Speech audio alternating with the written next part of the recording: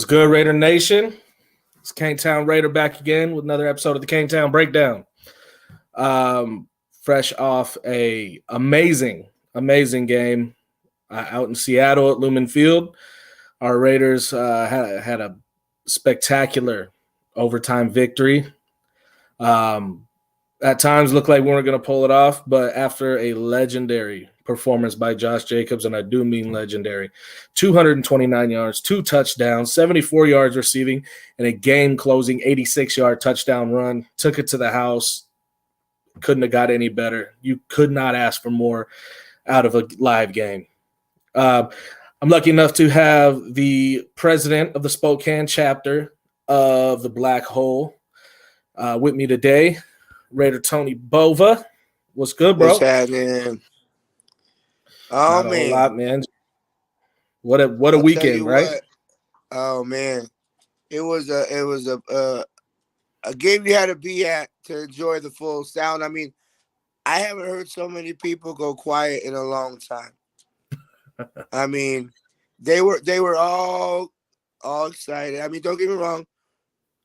It was a good game, but like when he broke that run, there was a guy that was behind me about 3 rows because I was front row in the end zone on the corner where he was coming towards initially when he broke his run.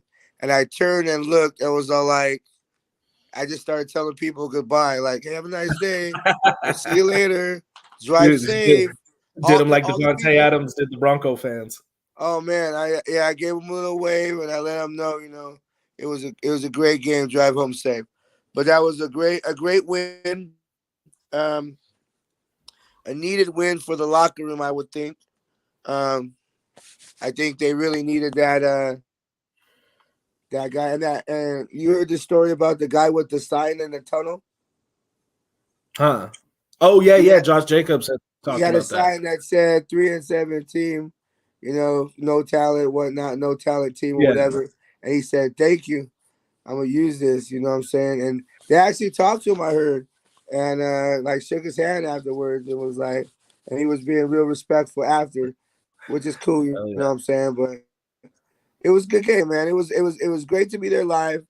It was good to be there with even though you're in a visiting stadium, it was very welcoming. It wasn't no issues. The 12 came out in full force, and we sent them home packing. Hell yeah. And it definitely helped that I think that crowd was damn near 50-50. There was a lot of Raider fans. A lot. More than I've ever seen in Seattle. Yes, exactly. I mean, I've seen a lot of people post, and it's something that happens in Vegas, too. People sell to the visiting team, and it's always been like LA. We go to LA, it's South Oakland. Yep. You know what I mean? You go down there, and we're 95%. But the thing is when you're a season ticket holder, it's a business. A lot of those guys sell it for serious money, and so those guys are selling it to the top dollar, and we pay the top dollar. We're gonna be in a majority. Like I honestly think there could have been more Raider fans. I mean, that place was blacked out. So and even we were on the visitor side, the Raider side of the stadium, and even looking across over, the Hawks side, there's a lot of black over there, man. It was, and it was good to see because I'll tell you what, like it's we come out in full force and we support each other, you know what I mean, and we travel well and we go to these events and we do these things for to coming together amongst each other. But seeing all that black it was just good. It was needed. The win was great. Never give up. 9-1 Carr is in overtime. Just take all the damn games to overtime and we'll call it good. But I was excited to be there. It was one of the best games I've ever been to live. Intense crowd, and what a performance, man! Josh Jacobs showed out, and I'll tell you what, just like Devontae Adams, pay that man. Like, let that man eat. That man's about to get paid, and rightfully so. Hell yeah! That was actually my next question. Where does that performance do you rank in all-time great Raider performances? Can you even think of another performance that is that level? It's tough. I'm drawing a blank. It could have been the best performance in the history of the team. It really it's I would say second best. Second okay. best. What do you got for first? I don't know why I'm drawing a blank, but the Raiders Eagles Super Bowl 3 interceptions. Mike Davis. Like, why am I drawing a blank? You know, I'm gonna jump off in a minute. I'm gonna find this answer and I'm gonna be pissed off because I'm not gonna know. But we had a Raider in the Super. Hold on a sec. Wait. I have. So, hold on a sec, real quick. Okay. I'm trying to figure this out. This is gonna make me mad. Someone that's out there listening is gonna know, and they're gonna be pissed off because I should know this. All right. Because I think it was against. Gosh, it was. I'm gonna be mad. Look it up, though. I'm telling you, there was a Super Bowl. He had I swear it was the one against the Eagles. He had 2 or 3 interceptions in the Super Bowl, and okay, I would say that would probably be number one. But okay, definitely close. And the only reason why would be at the biggest stage, and to show out like that would be something crazy. But we've been on the other end of that, and it hurt. So, Dexter Jackson with the Buccaneers. Okay. All right. Hold on a sec. Martin. Yes, he had 3 interceptions for 44 yards, long of 25 in the Super Bowl versus Philly that they won 27-10. Did he take one to the house? I don't think so because they only touched 44 yards. So okay. So just by default because it was sorry. Okay. Damn, why am I tripping? All right. I knew I had something. I knew I just looked that up too because the other day yesterday someone said something similar about Raider performances, and I have more historic performances, but not necessarily better performances because you have the Bo Jackson tunnel run. You have Marcus Allen in the Super Bowl with the runs. Like you had bigger moments, but not necessarily better games and performances. Right. But I could have. Man, I'm trying to play. Now I'm gonna be mad at myself all night. I should have known. One of the best ones I've seen in the last. I'll be better prepared next week. Okay. Yeah. One of the ones that comes to mind. I don't think it's as good, but it's probably Derek Carr's best game. It was that game against the Buccaneers that went to overtime, and Derek Carr threw for 500 and something yards. That kind of sticks out to me. But other than that, man, I really can't think of one that was. I mean, this is NFL legendary for the whole league. This is a legendary performance for the whole league. Has any non-quarterback ever crossed that 300-yard mark? I think a receiver might have. but I don't think. Yeah, I'm not too sure on that. So it might be the greatest running back performance in the history of football. Right. At least regular season wise. True. Yeah. Other than that, what else stuck out to you in the game? How'd you like DC? What'd you think? Obviously, he had his struggles early, but it seemed like he was able to pull it together and have a pretty good rest of the game. I think what's being overlooked is the performance of the offensive line. The holes that Josh Jacob could run through, Amir Abdullah and White were running all. They were gashing him. Yeah. What I still don't understand is you have one of the best running backs in the game at the moment. He's running off and it's 4th and inches, and you throw a toss play. Yeah, I kind of question that. It's happened a few times. And you ran it before, similar play for a first down on a 4th down. So they're already looking that way. How about you just fall forward for inches? Yeah. Put the guy in motion, shove him from behind. I don't care. You don't run outside the tackles when it's inches. You don't No, throw the you just, ball on inches. especially when you got a power back. If Seattle did that with Kenneth Walker, I would understand because he doesn't like to go run between the tackles. Right, right. He's pretty much just an outside back. But if you got someone like Josh Jacobs, you just let him bowl through that line. He's gonna get inches. So you have to smash in. Yeah, it's A gaps all day, A gap all day on a play like that. And then when he went outside, I was like, "Are you serious? If this is the way we lose this game, like I'm losing my mind." I was like, "There's no way we can come here and lose on that play. There's no way." Yeah, that's kind of But how I felt when Carlson missed that field goal. Because up before that in overtime, I was like, they were lining up, and I was like, man, Carlson never fucking misses. but then And he it's low. wasn't it from like 63 or something? Like I thought it was 55. what? Someone said it was like 60 something. It looked like the ball stopped in the air. Yeah, It just went. I was like, I thought he nailed it. Like when I was watching, because I'm on yeah, the from same our side as you, but yeah, I'm at that back corner pylon. So I'm looking to see if I can see like, and then it just stopped. I mean, I was like, what the? Yeah, that was nuts. I've never seen a ball move like that in the air before.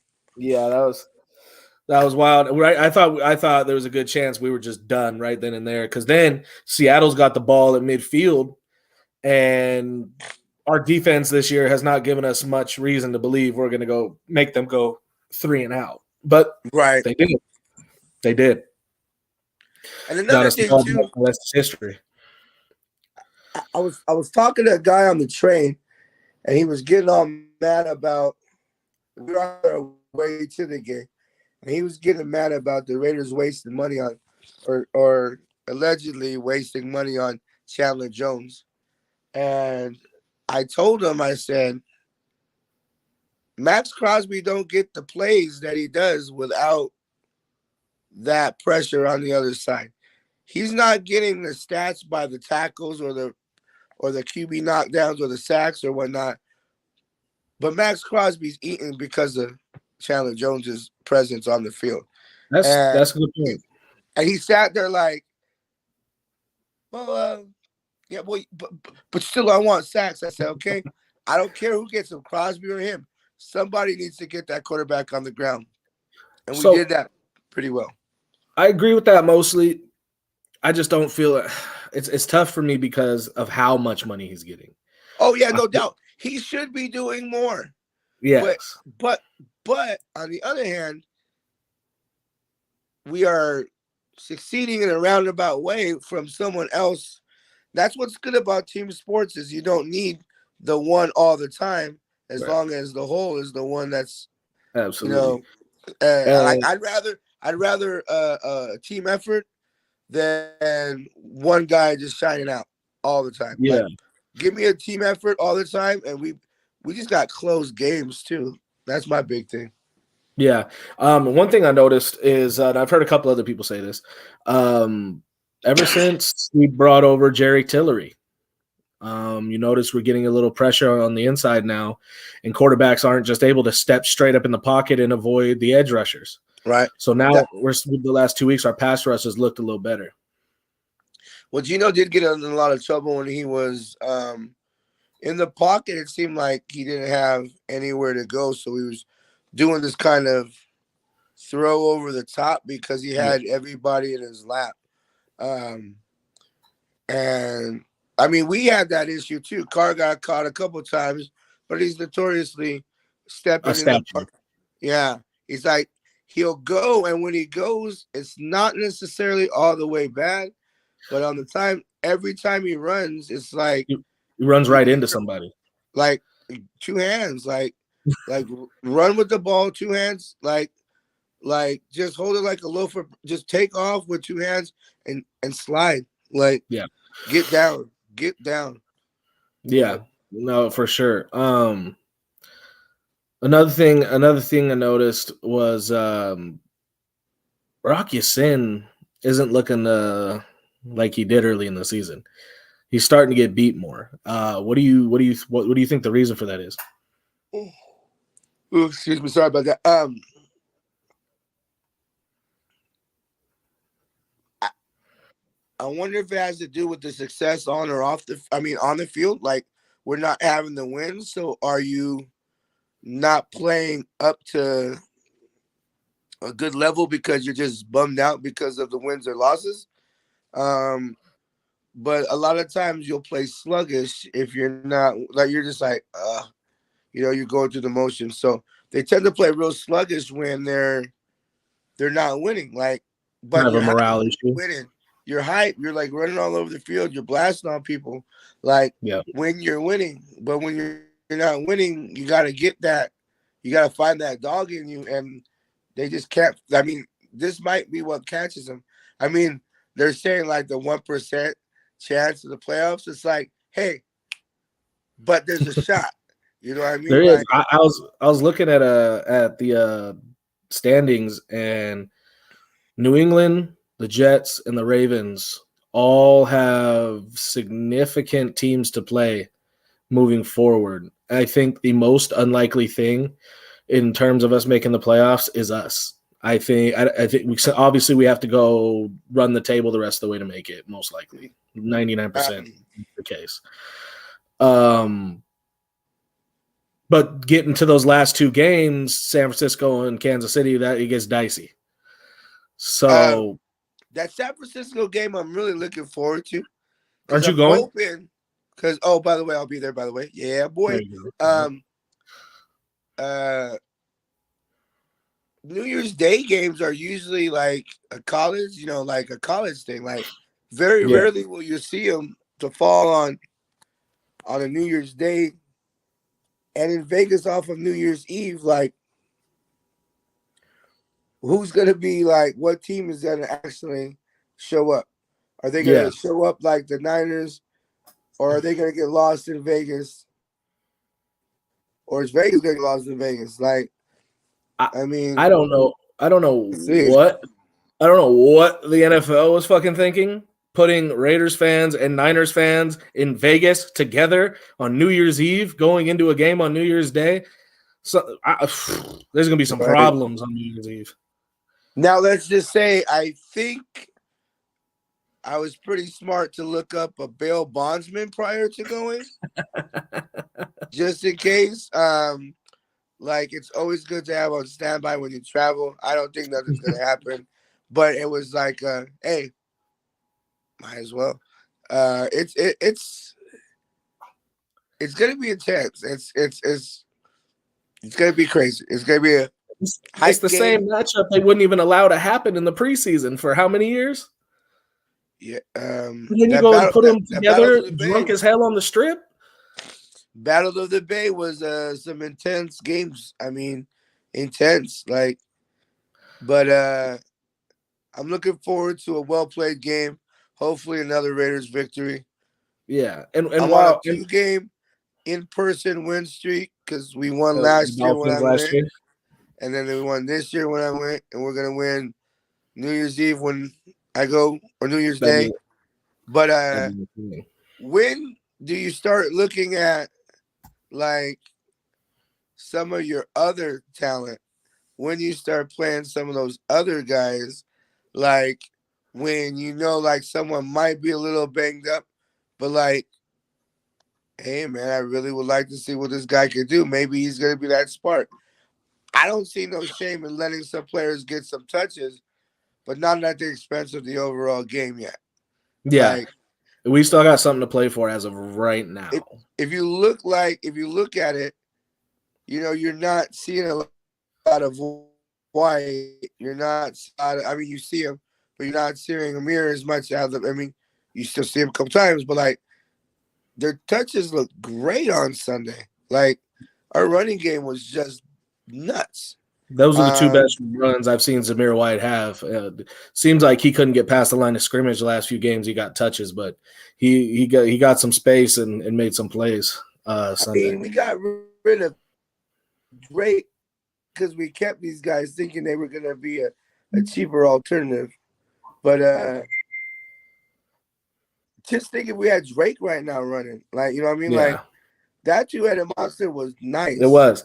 I guess they Um, thought Drake was done after that injury.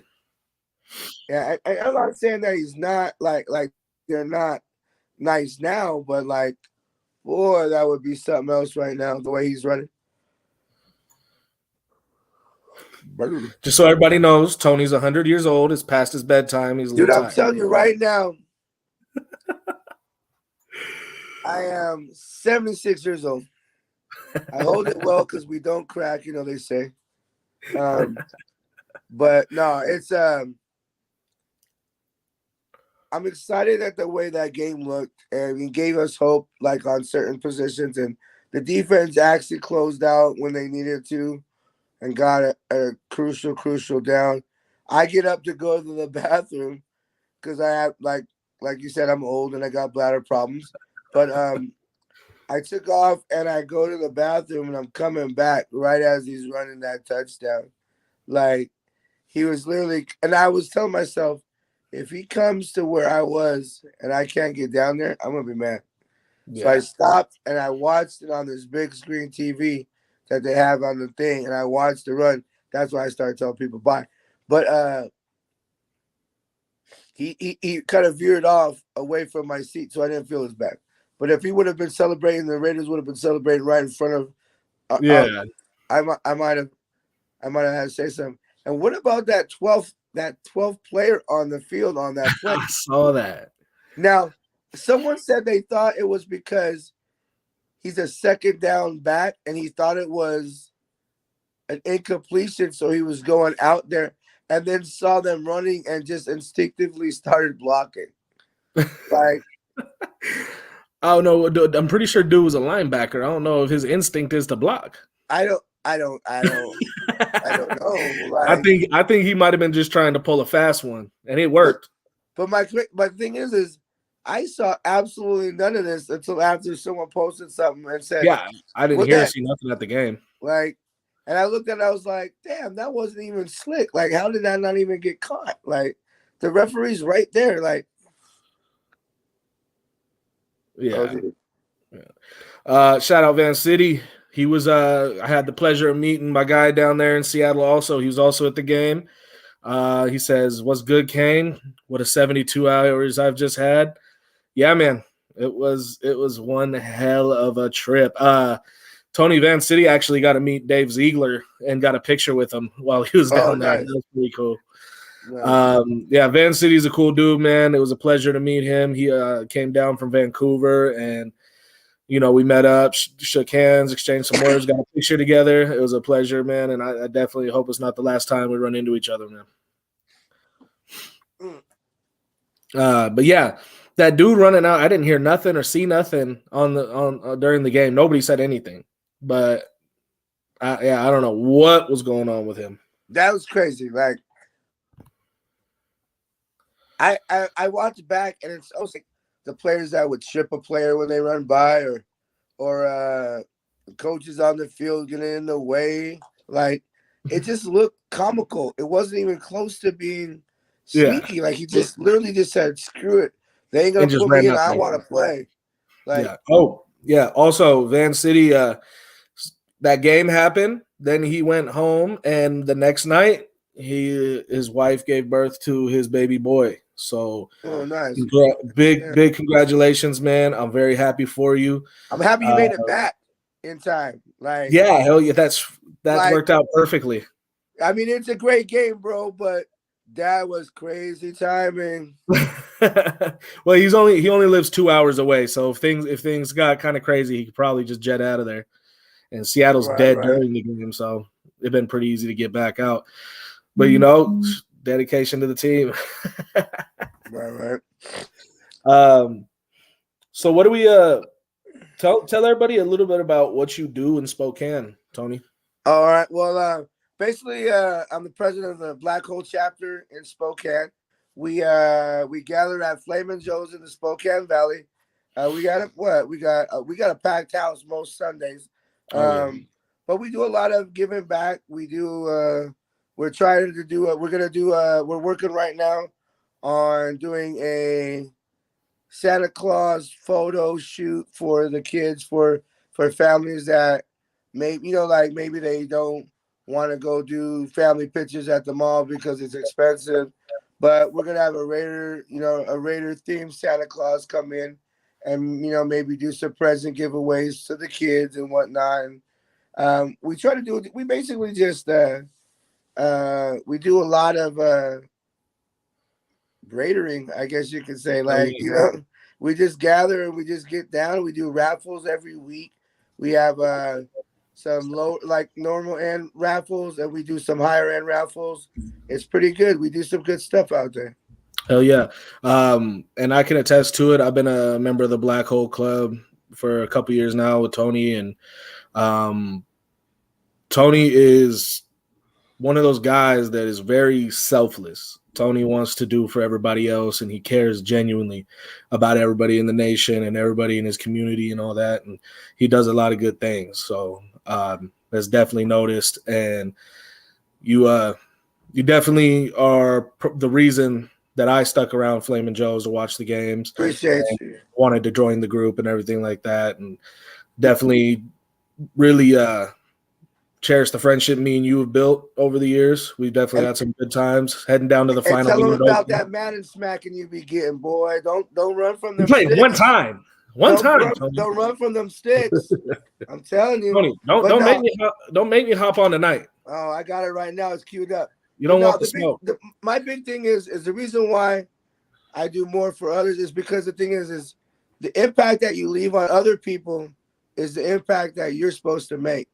Like, I don't care what I can get. Like, I can get all the jewelry. I can get all the Raider games. I can get all my Raider autographs, my jerseys. But like, so what? Like, it's like that's cool. But like, you never see a Hertz dragging a U-Haul, so you can't take that stuff with you. So why not leave something that's more impressionable on somebody else? Like, that's why like we do a lot of the kids stuff. We do a lot of the when one of our members has a tragedy, we gather together and raise money and support for them, not for us. They act like this is a job that I make a lot of money on, and I don't make it. I mean, maybe once in a while I'll get a cool hat from a sponsor. By the way, TBH sponsored by Corona Modelo all day, every day. You already know. But stuff like that, like we don't do it for what we get out of it. We do what we put into it, and that's big for me. Hell yeah. Hell yeah. Tony's always been a stand-up guy, man. What's good, Big Mike? Hey, nothing much. Hey, I've never met you, bro. I'm Big Mike. I don't know if you see me around, but yes, sir. Hey, salute to you and everything you're doing, man. Appreciate you. It's good stuff, man. And Van City, I wanted to give him a congrats to him having his child and everything. So that's first things first before we get started on some other stuff. Congrats to Van City. Yeah, buddy. Always good when we get a new member of the nation brought into the world. That's right. Me and Tony kind of touched on, the game this weekend. Mike originally was gonna be there, but some things happen. Sometimes you can't make it. But I know you would have loved to be there now after watching the game. Man. Hell of a game, man. You caught a good one. I'm happy for you, bro. Oh man, I've been to a couple other Seahawks Raider games. I was so tired of watching us lose to the fucking Seahawks. Man, hey, hold on a second. What was that? The first win in like 5 games in Seattle. Like they were on a 5-game home winning streak against the Raiders. And to watch their fate, like literally, like I was saying earlier, that many Seahawks fans got awful quiet real fast. Oh man, they weren't trying to hear that. But the funny thing was there was a lot of good ones, but it was just funny to watch them just go, damn, that just happened. And I'm looking for a flag. I'm looking for I'm looking for something. Like I'm looking around going, hold on a second. Did it really just happen? That shit just worked. Like they actually ran the ball like they're supposed to. They blocked like they're supposed to. They closed like they're supposed to. The best part about the Seahawks fans getting so quiet all at once is the Raider fans that were there made enough noise to seem like the home team was going nuts. Yeah, The Raider fans got so loud. Like it got 107 decimals on their little meter thing that they were showing on the TV thing, and like one of the plays got up to 107, and I swear it was a Raider play. Yeah. I mean, it was that stadium was the loudest I've ever. I've been to many games there, and that was the loudest I've ever heard it. Yeah. And what was cool is like usually the side I'm on is never the good side. Like they run to the other side. You can't see the play. I saw 4 touchdowns right on the half of the end zone on this side. I got a couple. Oh, make sure you guys check us out on Instagram and on Facebook, the Black Hole Spokane chapter. I went live a bunch. I got a couple of good shots and some videos, like the spin kick that homeboy did when he scored the touchdown. Amir Abdullah. And he almost kicked him in the face. I got a good shot of that one. And it's funny because before that, the ball comes to the little camera guy, and I'm screaming at him. I'm like, hey, throw me the ball. And he throws it. And I was like, I probably should have said it, but I called him an SOB really loud on the video. And that was funny because he started laughing. And he could actually hear me screaming at him. And I was like, man, you still didn't throw me the ball. Like, I wanted the ball. But it's all good. It was fun, though. We had a great time. It was amazing. Sounds dope, bro. Sounds dope. I mean, and we even had it's funny because I just got my TBH shirt with my rockers on it on the back, and it said the Black Hole Spokane chapter. It was like a walking business card. I mean, I'm walking around, they're asking me about it. I'm telling them about the Instagram, I'm telling them about the Facebook, and like the guys I'm sitting next to, oh, they're from Spokane. They didn't even know we were in Spokane doing what we do. So they gonna be there on Sunday to come and check us out. So like just getting the word out is crazy how much support you get from just other people like, hey man, I'm gonna find you on the social media, I'm gonna look you up, blah, blah, blah, just because you're there doing what you would do anyways. You know what I mean? So yeah.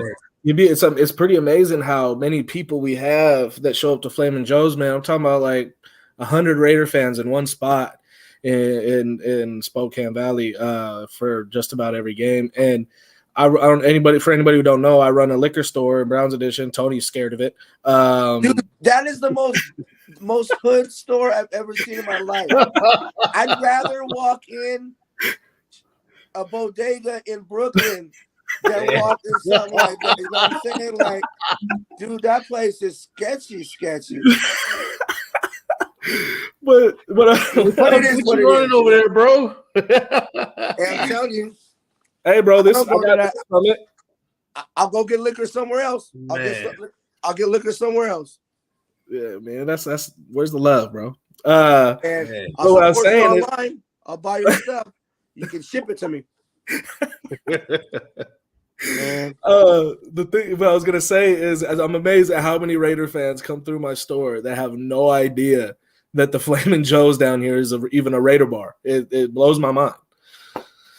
Man. Well, I'm gonna have to check that out when I'm out there, man. I'm gonna have to check that out. Hell yeah, bro. You definitely need to come out.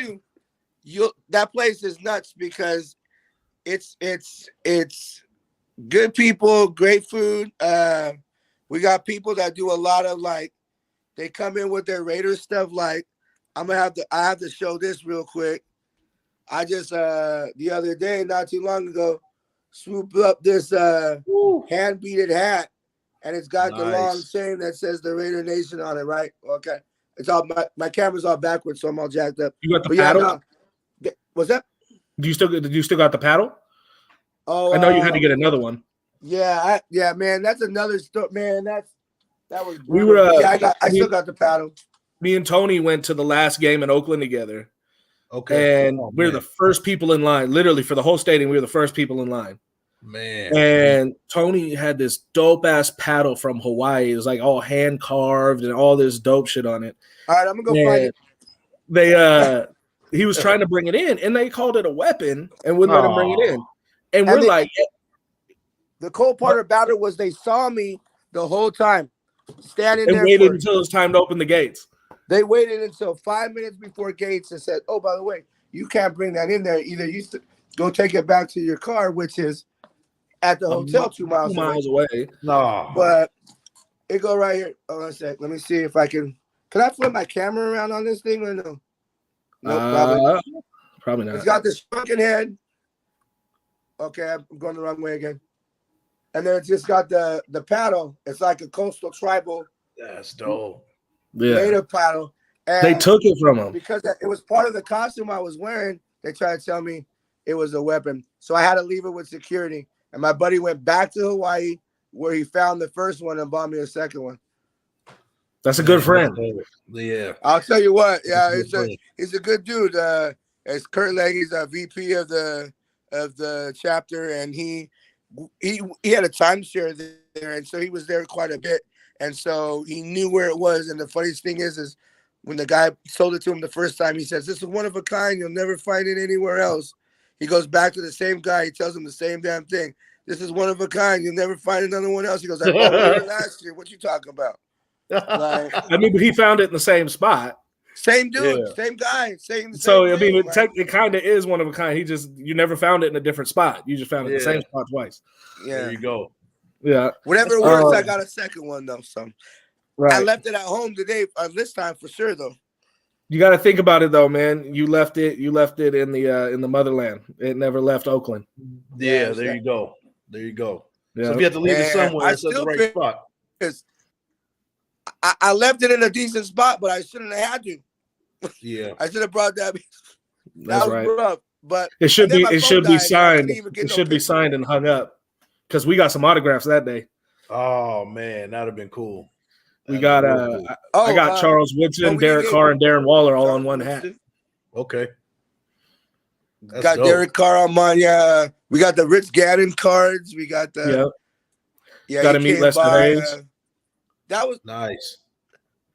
That Rich Gannon thing was really cool, but it was kind of unpersonable because he had pre-signed all these random playing cards and wanted to come by and say hi, but he was just like, "Here you go, here you go, here you go, here you go, here you go," and I was all like, "What up? All right, thank you.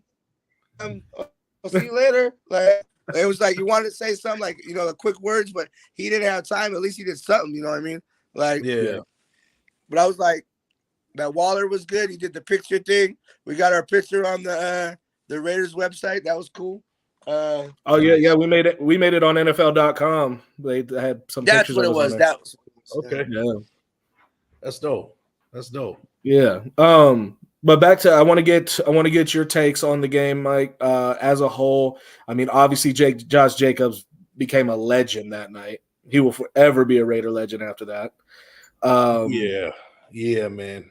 What was your overall take from the game? What stood out to you besides the obvious? And what do you think? Where do you think we're at moving forward, man? Obviously, we're not tanking.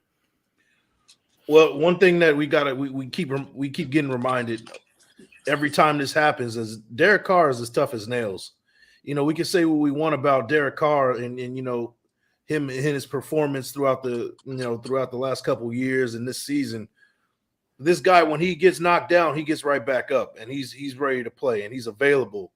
And that's saying a lot, despite the injuries he's had, a couple of years ago, he had the back injury and then, all the other injury, little dinks and, that he's been having the last couple of years with the groin injury a couple of years ago against the Chargers. And then you got, this one that happened right now. He didn't miss really any plays. So this is a constant reminder, like, hey, Derek Carr, despite his lack of production or a production that you're not happy with, this man comes in and he brings his lunch pail and he's ready to play despite the injury. So that's one thing that I took from it was just a reminder that Derek Carr is a warrior. He's a Raider. He's loyal. It's not the quarterback that we would like to have, but he's the quarterback that we do have. So we gotta respect him while he's here. Max Crosby's playing like he wants to win Defensive Player of the Year. I think what was missing from his resume was like we needed to see him be like we needed to see like a big game play. What can he do in a big in a situation where cards are on the table, everything's on the table, chips are on the table. What's going to happen when what is he going to do to kind of change the game? And he made two big plays at the end of the game that really got us, on the upper hand and with a chance to win the game. So, ups to Max Crosby, man. Like, he's playing at another level right now. And I think he made an argument for being defensive player of the year in this game. So those are the two takes that I have besides the Josh Jacobs becoming an instant legend in Raider history. But the other ones is Max Crosby and Derek Carr, man. What you think? I gotta agree with you on DC, man. The dude's always, been there, been tough. If he can come, if he's able to walk, he's in that game. He came out this game. He got hit. He looked like he didn't want to come out, but they forced him out for a play. He came right back in, went right back to work. It's the last few years, man. There's always a point in the season where everybody wants him out. And I'm guilty of this too. There's times where I'm like, man, we got to get rid of this motherfucker. Yeah. But then there's those times, man, where. But he doesn't play defense, and that's our problem. He doesn't play defense. You have a point. He starts missing tackles, get him out. Don't get me wrong. He's not the answer, but he's also not the problem. Yeah. I think at times he's part of the problem, and sometimes a pretty big part of the problem. I feel like we should have 3 or 4 more wins, and I feel like he could have delivered those, and he didn't. But at the same time, there's a lot of games that he's saved for us, and a lot of games we could have lost. But play call, you got to run it. Get it 2 games. Yeah. So here's the thing. We had 3rd and 1, and throw it. Yeah, man. So I'm gonna be in the defensive Carr, right? I've said this to you before. Derek Carr in the first year with John Gruden, he didn't play his best ball. But that second and third year is when you saw Derek Carr show out. And I think that's what they're kind of banking on as far as with this offense, is that they want to see what he can do in year 2. That's why I really believe that he's going to be back next year. Like, I know that the salary cap is not favorable. 32 million, 33 million, damn near 33 million. That's a lot of money to be paying a quarterback. But at the same time, you got these quarterbacks that aren't so great. You got Kyler Murray getting about 50 million. You got Dak Prescott about the same level. He's getting about 40 something million. You got a lot of quarterbacks that are getting overpaid. Now you're talking about, Lamar Jackson, who threw for less than 50%. He's getting paid. He's about to get paid next year. I heard that Jalen Hurts is probably going to get a big payday after this 1 year he had. So, the more you see these paydays these quarterbacks are getting, the more you look at Derek Carr and, the flaws that he does have. We're still paying a bargain. There's still a bargain at $33 million next year. So that's why I really think that next year we're going to see him for another year. But, after that, if he's not taking us to the playoffs, if he's not winning playoff games, 41 million is a little too steep for a quarterback who hasn't really done anything as far as playoffs go. But I'll give him 1 more year. I think ideally what we could do is shift a lot of it. And, Carl will restructure for sure. You shift a good portion of that year 2 money to year 3 and put in the same kind of out that you had this year. Be like, look, we'll give you another year to play and to prove yourself, to get this team to the playoffs, to right the ship. Yeah. We're gonna push, but we want to push this year 2 money into year 3, make your year 3 salary even bigger if you earn it. And then if we want out, then we're gonna find a way to get out with less dead money. So if that does happen, what kind of payday would you like him to have? Like, because he's getting 33 million next year. So if he restructures 25, 25, okay, I pay him 25. I was thinking 25 is solid. I think 25 if he does restructure. And he's not really been the guy who's like looking for his bag like that. He's been getting paid a lot of money over the years. So if it's really about him winning, I think taking an $8 million haircut wouldn't be so hard to do. And then your year 3 money gets bumped up by that much, and if you earn it, and boom, now you're making 50 million. Yeah, get us to the playoffs and get us to the playoffs. Win a playoff game, you take that 50 million. Yeah, and that's what's the all we want. Great part. the great part of this contract is that he doesn't have much guarantee and is very flexible. Yeah. So if we want to get out of it, we can get out of it. Right. With very little penalty. So, hey, I'm all right with that. If he does that, I'm all right. Absolutely. But at the same time, like I said, I'm all right with if he doesn't take a pay cut, because $33 million that's not a lot. It's not horrible. It's not a lot. Not a lot in today's NFL. Yeah, that following year is where we're gonna have some problems. Right. That's where it's like, all right, dude, you gotta deliver. Yep. And at that point, I think this year, either way, I still take a quarterback mid rounds. Something. I'm with that ACL injury. I know he's 25. He has just bummed his knee, but if he recovers, he's still got a lot of talent and a lot of potential. And I would love to pick him up in the 4th or 5th round and sit him behind Derek Carr, let him heal. And if Carr doesn't deliver, boom, you got someone you can at least give an attempt to. Yeah, and you know what? That's what they do. They have to do that at this point. They got to start looking for this man's relief at this point, because he's going to be 32 next year. He's not a Tom Brady. He's not an Aaron Rodgers where he's going to play till he's 50. Right. And he might be on the back end of his prime at this point.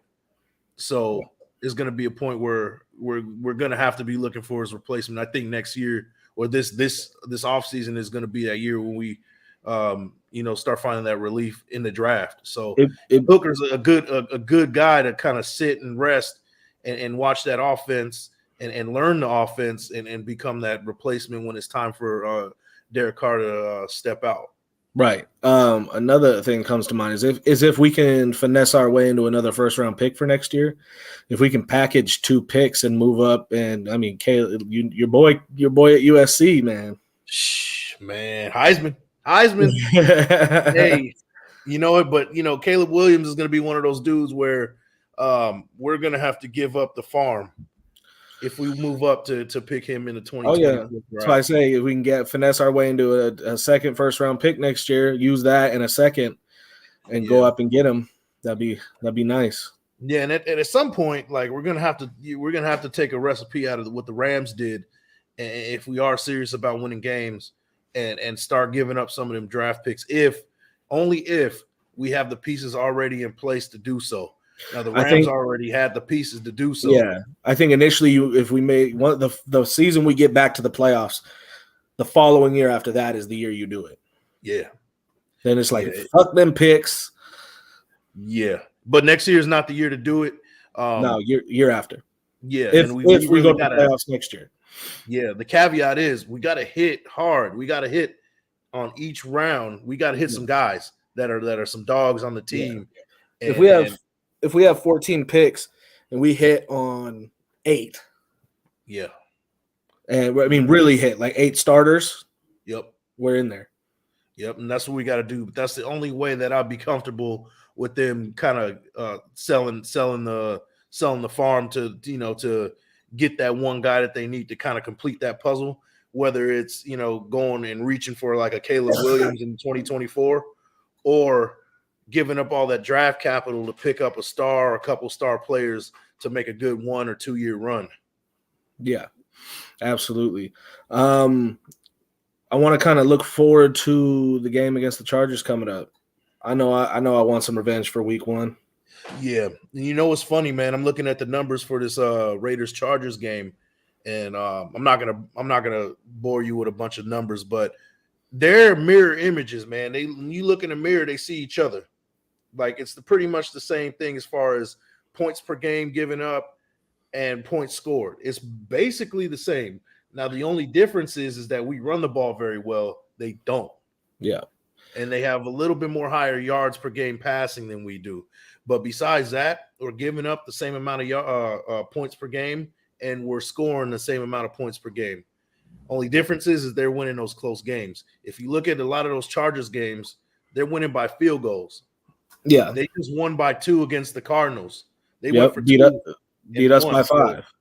The only difference is they're winning those games that we're losing. That's the only difference between us two. So I like our chances this Sunday. Right. And then the last 2 weeks, do you think we figured it out, these close games? Do you think moving forward this is going to be more the normal? Or do you think we still might have some struggles with these close ones.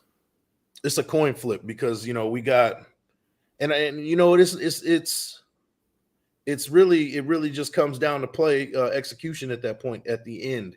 The good thing about the Chargers at the end of the game, they got a good closer. It seems like with Justin Herbert, he's getting down the field and getting to at least field goal range and scoring that final touchdown at the end. Mm-hmm. We don't have a Justin Herbert, so that's what I will say though. But Derek Carr he's a closer.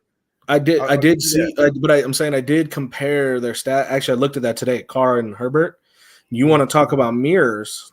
They are like, I think one is a 92.8 and one's a 92.2, and they're within a touchdown of each other. The interceptions are pretty close. Their yards are about the same. Yeah, you're right. You're right. And Derek Carr's not really getting his credit for what he's doing. Yeah. The only thing the thing you look at with Derek Carr is win-loss record, which is, to me, isn't necessarily fair. It doesn't tell the whole body of work, but that's a quarterback statistic, unfortunately, in the NFL. You're going to look at win-loss records. So that's kind of what people are doing. Yeah. The casuals are really looking at, okay, Derek Carr is 4-7, and they look at his whole, win-loss record, and you're like, okay, that's not so great. But I'll say this. I think Justin Herbert is getting way too much credit for what he's doing as well. I agree. Because his win-loss record is mediocre. If you really look at his win-loss record as a career and it's like 3 years, it's about 50-50. He's about at 500 right now. And the talent level he's had around him since he came into the league is way higher than what Derek Carr's had the last few years. Yep. And he's accomplished just about the same amount. Yeah. So, I call out inconsistency with people's, bias with that. It's like, okay, so you're calling out Derek Carr and his win-loss record here, but then you turn around and look at Justin Herbert and you're not calling out how mediocre his win-loss record is. So it's either, hey, you're going to look at these win-loss records from these quarterbacks, or, you got to be a little bit more critical and start looking at the whole body of work. Mm-hmm. And if you do that, you're going to give Derek Carr kind of a benefit of the doubt to an extent. And then you're going to be like, all right, Justin Herbert, you're at 500 in your career, but you got Keenan Allen, you got Austin Eckler, you got probably one of the best offensive, you got firepower on offense, but what are you doing with it? You're not winning any playoff games. You didn't go to the playoffs, so. And not to mention, he's got a lot more physical ability than Derek Carr. Exactly. Yep. There's no excuse for them to not. This team, it's either the coaching staff, mm-hmm. or it's Herbert. Yeah.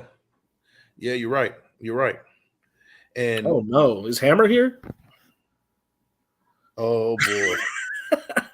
Oh, shit. Make sure you go ahead and find some love in your city, man. Oh man, not the thought bots. Oh man, good old thought bots.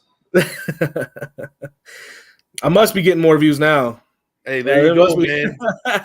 It's business is booming now. You got the thought bots in business. I know, right? Hey. Doing big things. Yes, sir. Yes, sir. That's a milestone right there, bro.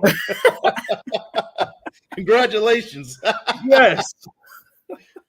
Man. So Van City showed me a message that you had for me at the game. Hey. The match went great. I'm the champion. There you go. I knew it. Yeah. I'm glad that you avoided surgery, and then, after, taking some fluorescent lights to the back, you know what I mean? A barbed wire bat, all that good stuff, man. I'm glad to see that you're in one piece after that match. Man, we're undefeated out here. Hey, but we got to make sure that we team up, man. Me and Digital Prez, he's out of commission, so Steve Urkel and Carl Winslow can't tag team. You know what I mean? Oh yeah, yeah. I might have to step in. Yeah, man. What do you know what's up with Prez? I mean, is it something you can say on here, or just hit me up after? He's just taking some time off. Okay. He's taking some time. All right. Shout out to my guy Perez. Yeah, a little sabbatical. But he's doing well. Good. I think he did it live a couple days ago. Okay. Yeah, so I think he's just kind of not doing as much as he was doing. And just in case anybody knows, that intro you see in the beginning of all my videos, that's all Perez. The man's a wizard. Yeah, I gotta actually get with him soon because I don't even have an intro for my show yet. So, we just putting the show out there, no intro, no nothing. So yeah, and anybody hasn't subscribed to Big Mike yet, what you doing with your life? Right. Yeah, man. Hey, we do every Sunday morning we do a show, and I got to get you on too, so we can do a little interview. We're gonna do a Raiders pop off on we do it Sunday mornings, well before the games start. I go bright and early, man. I'm a military guy, so I'm up early. I'm usually up by 7 or 8. Yeah, so I'm up at 5, man. So yeah, bro, I can't. I have like an internal clock now, bro. I can't get up. I can't get for some reason up, bro.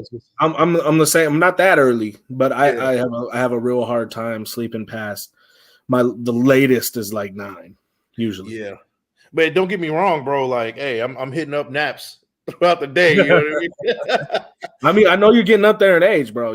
Bro. Hey, no, that hair left you a while ago. I'll be 36 in January, man. I'm about to hit that 30 in February. Oh shit! All right, hey, that check engine light comes on as soon as you hit 30, bro. I'm just letting you know. The miles start getting up there. It starts getting a little spooky. Yes, sir. Yes, sir. So where do you see us finishing the year? You know what, man? I'm looking at the schedule, and I'm not trying to be super optimistic, bro, but it is not unrealistic to say that we can't win out at this point. I tend to agree with that until the last 2 games. Now, you know what? You're right. But check this out. The 49ers are very inconsistent. They'll play like Super Bowl champs. They'll play like Super Bowl contenders one week, and then the next week they just don't show up. But I've noticed that, at least offensively, they don't show up. And, if they're going to play a dynamic offense like the Raiders, they got to bring some more on offense. Yeah. Luckily for them is that our defense, sometimes we give up a little bit too many points. So, that could turn out to be, in their favor. It's not beyond our defense to go out there and make Jimmy Garoppolo look like Tom Brady. Exactly. And, he knows the Josh McDaniels offense.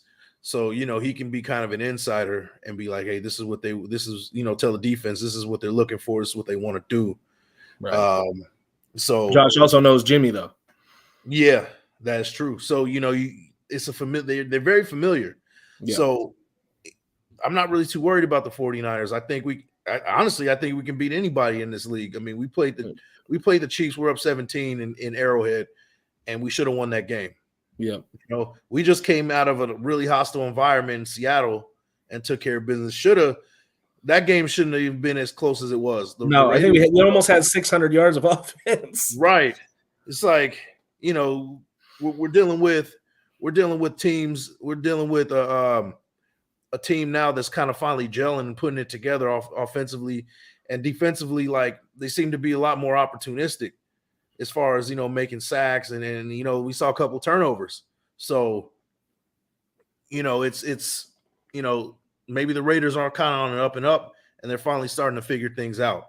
Now, if they start figuring it out, with the talent that the Raiders do have, the talent that was, as advertised, supposed to be like one of the top dogs in this game, that's going to be a tough matchup in December and, going into like those final January regular season games.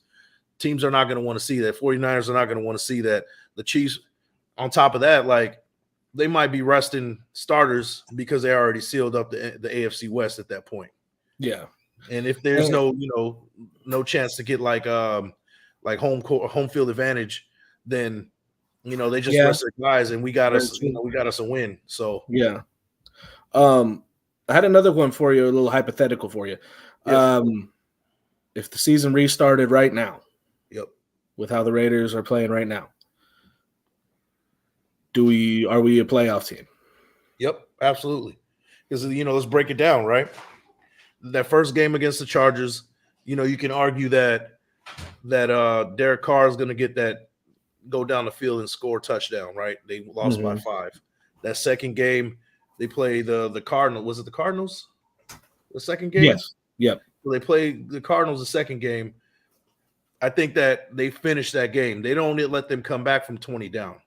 I don't think that happens because, this team seems to be – there's a lot more sense of urgency. So they win that game. So if we get those 2 games, we're 7-5 right now, or 6-5. 6-5. The third game against the Titans, we couldn't stop a nosebleed the first half. They scored 21. We were going back and forth offensively with them, and we ended up having to come back, and it took for us a missed 2-point conversion to beat the Titans. That game, and the Titans are really good. At the time, they were 0-2. So, you might get the same kind of outcome, but it's going to be 2 more elite teams going against each other. So that's a coin flip to me. I don't think we throw the ball to Waller in the end zone on that at this point either. I think Jacobs is carrying that. That's a Jacobs game in that game. For sure, it's a Jacobs game. At the time, the Titans were really bad at stopping the run, and I think Jacobs, he has 100+ yards in that game, and he goes nuts. Yeah, we were all still banging the table like run the ball. Right. We were begging them to run the ball, and they finally figured it out. But that was the game where we were like, I don't know what the hell the Raiders are doing. They're not running the ball, Yeah. So, arguably, you could say that they win that game as well, So, I'm just looking at the first 3 games of the season. Like we should have those 3 games, Yeah. Okay. And so Kansas City, that first game in Kansas City, the final drive. Once again, we have the ball, final drive, and Renfro and Adams run into each other. Now, that's a lack of familiarity on the offense with each other. I think this late in the game, you don't get that. Yeah. I think that Derek Carr finds Devontae Adams for a bomb in that place, in that situation. He threw it for a reason. He threw it because he was open. Yeah. Derek Carr is not going to just throw it on 4th and 1. It was 4th and 1 at the time. He's not going to throw it way downfield unless the dude's open. Yeah. So that would put us at 8-3. 8-3 right now. So let's make it easier. The only games I say that we legit lose, Saints. This is the Saints because we just didn't show up. Who else do we play? You know what? And you can say the Jaguars, we win that game. Yeah. Up 17-0 again. We gave up that game too. So that it puts us at 9-2. Tied for the lead of the division with a win over the Chiefs, first place. Yep. We'd be at 9-2 right now. And then I know I'm missing another game that they lost. But the Saints game, like they that's the one where I say that they kind of, they lose that one, Yeah. So 9-2 is a possibility. If like it's a little bit hard to say because these games are the one possession games are 50-50. So I will highball and say 9-2, but if we were to be realistic, I say a 7-4 would be where we should be. Yeah, I would say that's fair. That's fair. Yeah, it's it makes you.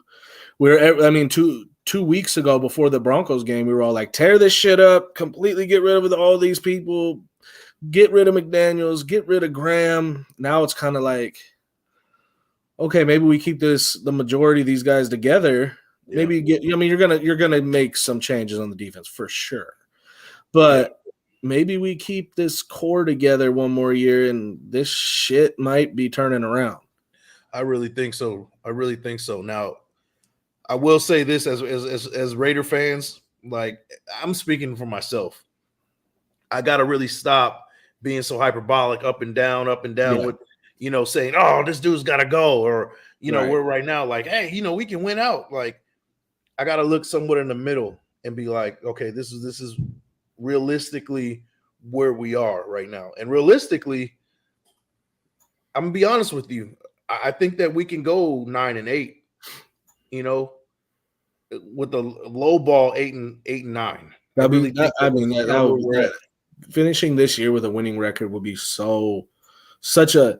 I mean, there's no such thing as moral victories, but if there ever was one, man, to go from where we were to 9-8 would be unreal. Yeah, I was listening. You listened to the Raiders report with Mitchell Renz. That's what that was the first YouTube show I ever watched. Yeah, same here. That's how I caught on with Graf and all the dudes. Like that's where it all started. But he was saying today that if the Raiders went out, they have a 96% chance of making the playoffs. Yeah, I was looking at the Jets, the Patriots, and the Ravens schedules, and they got some tough games coming. And if they all lose 7 games and we beat the Patriots, I mean, hey. Yeah. And that's what I was telling you last week. If we win these next, so we got the Chargers, we'll be 5-7. We go to the Rams. The Rams aren't. We should win that. We should win that game. We're trending up, and they're still they haven't found the bottom yet. Yeah. So. And they don't have Stafford. Exactly. 6-7. So we go into that playoff. We go into that game against the Patriots at 6-7. We're playing meaningful games in December. That game means something at that point. So yeah, that's what I was thinking. I was thinking of numbers. In your head, just some numbers look a certain way, and if we get this game against the Chargers, man, 5-7 looks like a team that could make the playoffs. Yeah. 4-7, you're still like, probably not. You get 5-7. We've seen a lot of 5-7 teams go and make the playoffs. Yep. And I think it starts to get really real if we beat the Chargers. Yeah. Then we start really looking like this shit. It could be a bigger version of last year. Yeah. And like I said, we're looking the Chargers and Raiders are kind of like mirror images of each other as far as like, where they're at. And they'll be 6-6, we'll be 5-7. That kind of evens things out. They've won a lot of the close games. We haven't. So it's only right that, we kind of even the tide, kind of turn the tide on us actually winning a close game and them losing those close games that they have. So, 5-7, man, like it doesn't look so bad. And it gives us a legitimate chance. We made the playoffs at 6-7 last year. We were 6-7 and we won the last 4. Yep. So, anything is possible at this point. Right. And this team is not the same as last year. We made the playoffs. We won our last 4. That was all great. Nobody expected us to go in and beat the Bengals. Yep. You make the playoffs with Josh Jacobs and Devontae Adams playing like they're playing, man. I don't even. How do I, man? Do you know how I can just block this shit? There we go. The fuck out of here. Who's that? Here. Huh? Who's that? I've never seen that person. Oh, okay. Oh. Just someone just getting on here bored with their fucking life, probably sitting in their mom's basement. They're probably 42 years old. Oh, yeah. You know how that goes, man. Yep. Congratulations. You hit the jackpot. There you go. That was my first block, bro. Exactly. We hitting all the milestones, man. Bro, you're man. Business is booming, baby. Oh, man. But yeah, where was I? But yeah, you make the playoffs with Devontae Adams and Josh Jacobs, and then you got Waller and Renfro coming back into the fold, and the offensive line is really starting to look good. Yep. Nobody is going to want to see this team on a roll. I mean, nobody.